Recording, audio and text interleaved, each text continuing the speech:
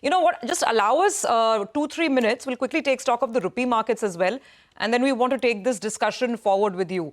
Let's get in Latha to talk about how the rupee is poised. Because yesterday, we saw that sharp drop, 1% lower. Latha, and the situation has only gotten sort of more tense since the market closed yesterday. Well, actually, it's more a trader activity. It was not as if there were foreign funds coming in and buying dollars and exiting the country. This was more because people were already pretty short dollar.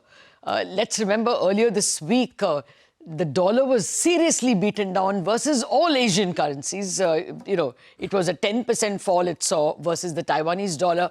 On that day, the rupee also went to 83.48, if you remember, at one point in time. It ended sub 84. So it's a very, very short dollar position in the market. And therefore, from the NDF market, there was this move to, cover some short positions. Actually, the Reserve Bank also was buying dollars earlier in the day for its own reasons, just stocking up. And this came along, this dollar correction. The context is that dollar is weak. Although overnight, because of the US-UK deal, the dollar has gotten slightly expensive. The dollar is basically on the back foot vis-a-vis Asian currencies. And therefore, the expectation in the market is that, it strengthens to 84 on a good day. Now it may weaken max to 87 because there is too much of short dollar positions in the market.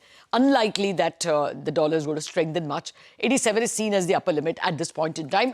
In the bond market as well, just in the last hour of trade, as we saw the escalation news, border news coming in, you did see yields rise by 5 basis points. Whether you took the old 10-year or the new 10-year, there was a 5 basis point jump. But it won't go beyond 6.45 on the 10-year. That's the market expectation because you're going to get the inflation number tomorrow, and that is 3.3 in April. So there is no way you're going to see yields jump much. These are just short positions getting corrected. Okay, but we have to watch out for this because the dollar is at a one-month high. The dollar index today at 100.65 is the highest we've seen since early April. So first deal, US-UK deal. Exactly. So there is the strength in the dollar and then there is our own situation. So let's watch out for the rupee.